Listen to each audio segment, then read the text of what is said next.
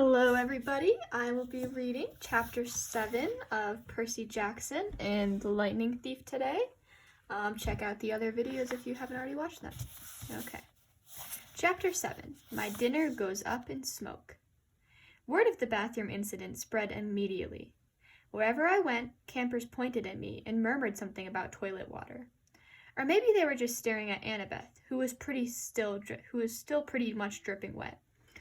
She showed me a few more places. The metal shops, where kids were forging their own swords. The arts and crafts rooms, where satyrs were sandblasting a giant marble statue of a goat man. And the climbing wall, which actually consisted of two facing walls that shook violently, dropped boulders, sprayed lava, and clashed together if you didn't get to the top fast enough. Finally, we returned to the canoeing lake, where the trail led back to the cabins. "I've got training to do," Annabeth said flatly. "Dinner's at 7:30. Just follow your cabin to the mess hall." "Annabeth, I'm sorry about the toilets." "Whatever. It wasn't my fault." She looked at me skeptically and realized it was my fault. I'd made water shoot out of the bathroom fixtures. I didn't understand how, but the toilets had responded to me. I had become one with the plumbing. "You need to talk to the Oracle." "Who?" "Not who. What? The Oracle. I'll ask Chiron." I stared into the lake, wishing somebody would give me a straight answer for once. I wasn't expecting anybody to be looking back at me from the bottom, so my heart skipped a beat when I noticed two teenage girls sitting cross-legged at the base of the pier, about 20 feet below. They wore blue jeans and shimmering green t-shirts, and their brown hair floated loose around their shoulders as minnows darted in and out. They smiled and waved as if I was a long-lost friend. I didn't know what else to do. I waved back. "Don't encourage them," Annabeth warned. "Naiads are terrible flirts." "Naiads," I repeated, feeling completely overwhelmed. "That's it. I want to go home now." Annabeth frowned. "You don't get it, Percy. You are home. This is the only safe place on Earth for kids like us." "You mean mentally disturbed kids?" "I mean not human. Not totally human, anyway. Half human. Half human and half what?" "I think you know." I didn't want to admit it, but I was afraid I did. I felt a tingling in my limbs, a sensation I sometimes felt when my mom talked about my dad. "God," I said. "Half God." Annabeth nodded. "Your father isn't dead, Percy. He's one of the Olympians." "That's crazy." "Is it? What's the most common things God did in the old stories?" "They ran around, falling in love with humans and having kids with them." "You think they've changed their habits in the last few millennia?" "But those are just—" I almost said myths again. Then I remembered Chiron's warning that in 2,000 years I might be considered a myth. "But if all the kids here are half-gods, demigods," Annabeth said, "that's the official term, or half-bloods. Then who's your dad?" Her hands tightened around the pier railing. I got the feeling I was trespassing on a sensitive subject. "My dad is a professor at West Point," she said. "I haven't seen him since I was very small. He teaches American history. He's human." "What?"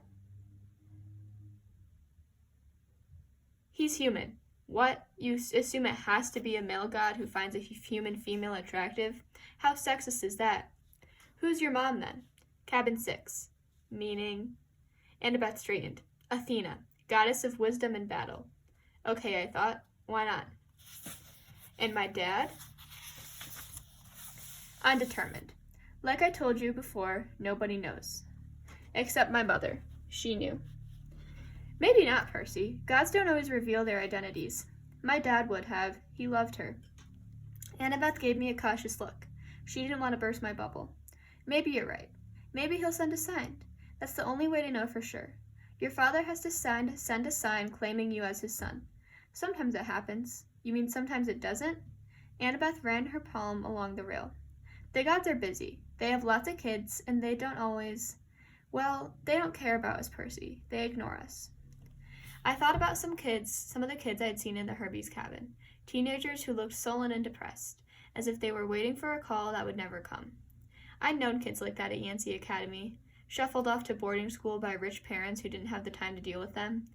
But the gods should behave better. So I'm stuck here. That's it. For the rest of my life. "It depends," Annabeth said. "Some campers only stay the summer. If you're a child of Aphrodite or Demeter, you're probably not a real powerful force. The monsters might ignore you, so you can get by with a few months of summer training and live in the mortal world the rest of the year. But for some of us, it's too dangerous to leave.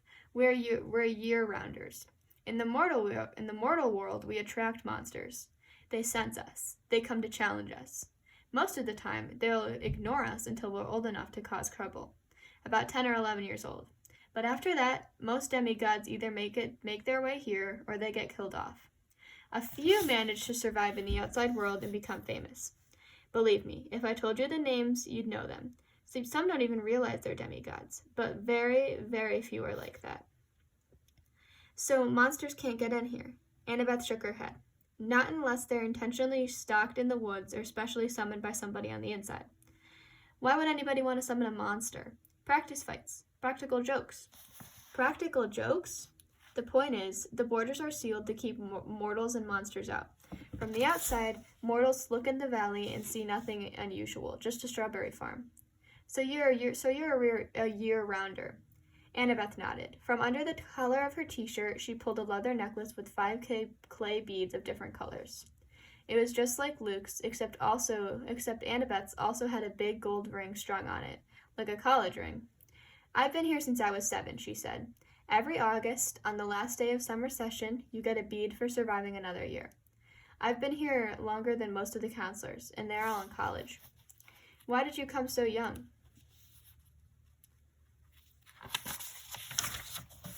She twisted the ring on her necklace. None of your business. Oh. I stood there for a minute in uncomfortable silence. So I could just walk out of here right now if I wanted to. It would be suicide, but you could, with Mr. D or Chiron's permission. But they wouldn't give permission until the end of the summer session unless you were granted a quest.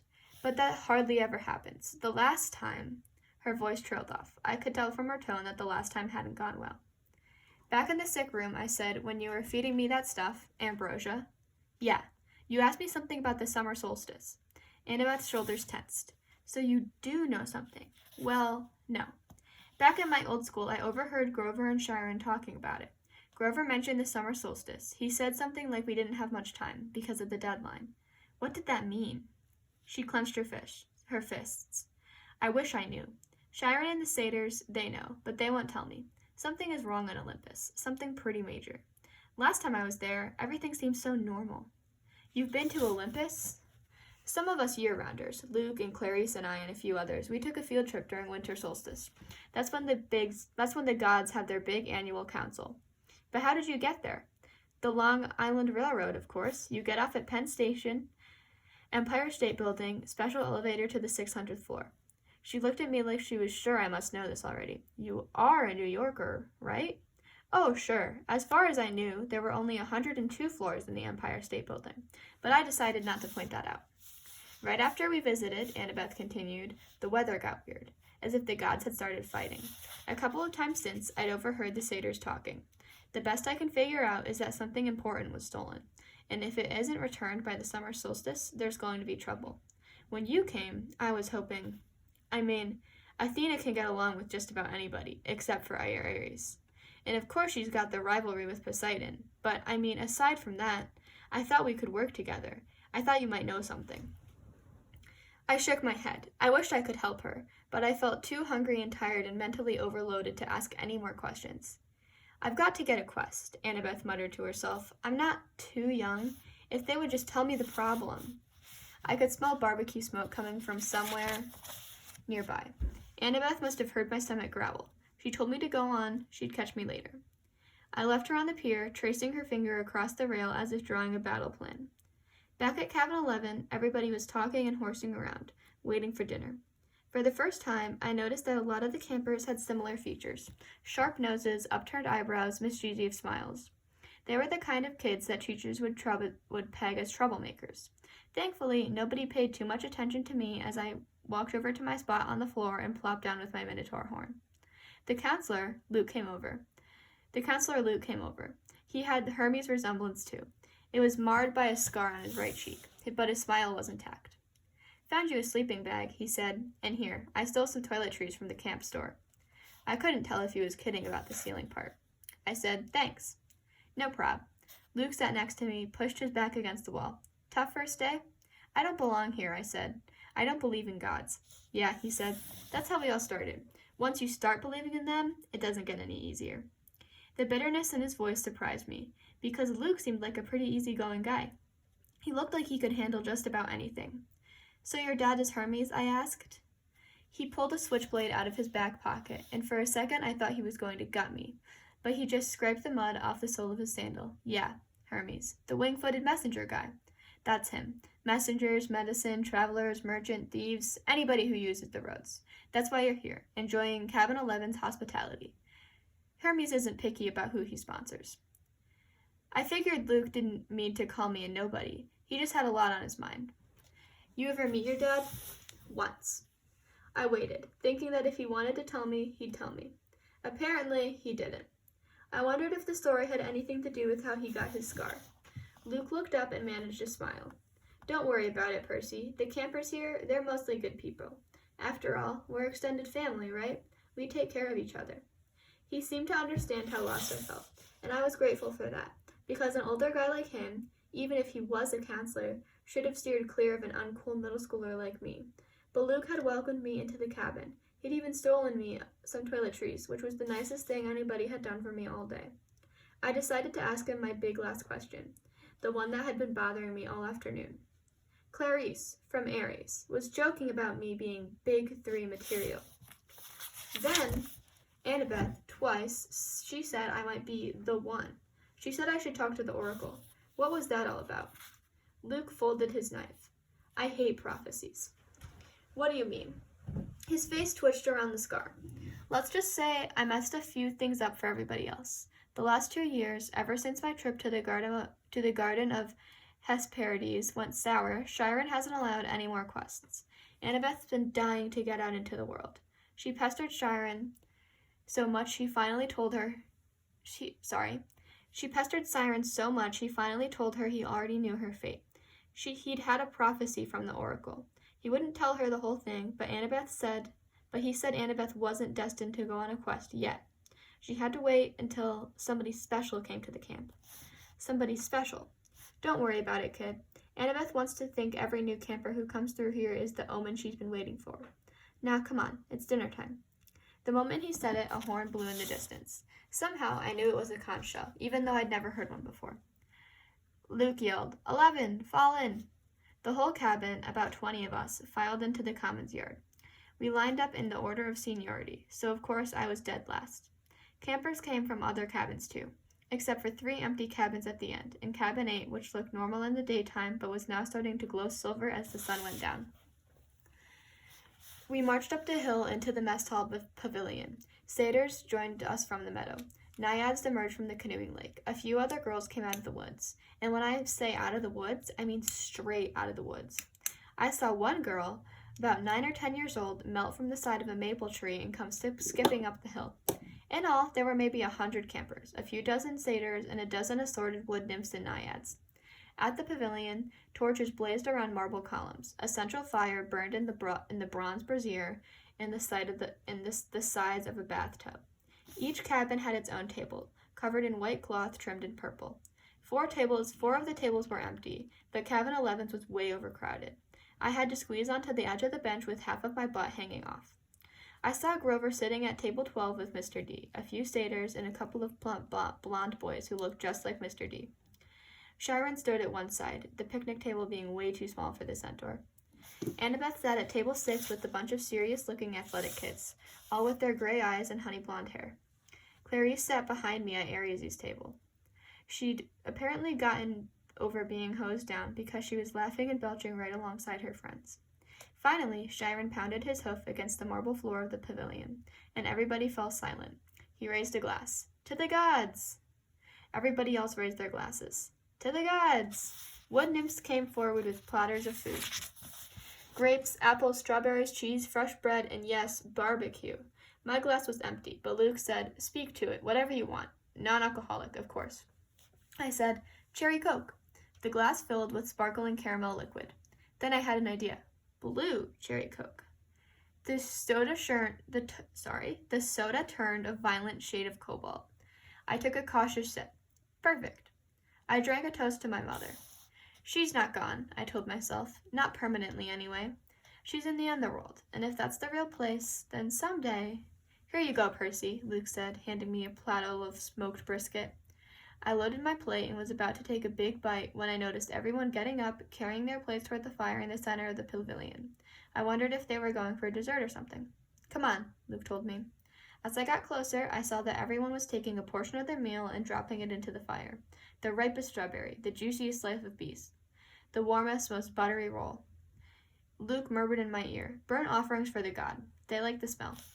You're kidding. His look warned me not to take this lightly, but I couldn't help wondering why an immortal, all-powerful being would like the smell of burning food. Luke approached the fire, bowed his head, and tossed in a cluster of fat red grapes. Hermes. I was next. I wished I knew what God's name to say. Finally, I made a silent plea. Whoever you are, tell me, please. I scraped a big slice of brisket into the flames. Whenever I caught a whiff of the smoke, I didn't gag. It smelled nothing like burning food. It smelled of hot chocolate and fresh-baked brownies, hamburgers on the grill and wildflowers, and 100 of other good things that shouldn't have gone well together, but did. I could almost believe the gods could live off of that smoke. When everybody had returned to their seats and finished eating their meals, Chiron pounded his hoof again for our attention. Mr. D got up with a huge sigh. Yes, I suppose I'd better say hello to all you brats. Well, hello. Our activities director, Chiron, said the next capture to the flag is Friday. Cabin 5 presently holds the laurels. A bunch of ugly cheering rose from the Aries table. Personally, Mr. D continued, I couldn't care less, but congratulations. Also, I should tell you that we have a new camper today, Peter Johnson. Chiron murmured something. Percy Jackson, Mr. D corrected. That's right, hurrah, and all that. Now, run along to your silly campfire. Go on. Everybody cheered. We all headed down toward the amphitheater, where Apollo's cabin let us sing along.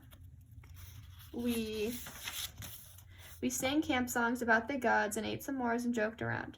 And the funny thing was, I didn't feel that anyone was staring at me anymore. I felt that I was home. Later in the evening, when the sparks from the campfire were curling into the starry sky, the conch turned blue again, and we all filed back to our cabins. I didn't realize how exhausted I was until I collapsed on my borrowed sleeping bag. My fingers curled around the Minotaur's horn. I thought about my mom, but I had good thoughts. Her smile, the bedtime stories she would read me when I was a kid, the way she would tell me not to let the bed bugs bite. When I closed my eyes, I fell asleep instantly. That was my first day at Camp Half-Blood. I wish I'd known how briefly I would get to enjoy my new home. All right, that was the end of Chapter 7. Look out for Chapter 8 and comment down below if you want me to read the other Percy Jackson books. Thank you.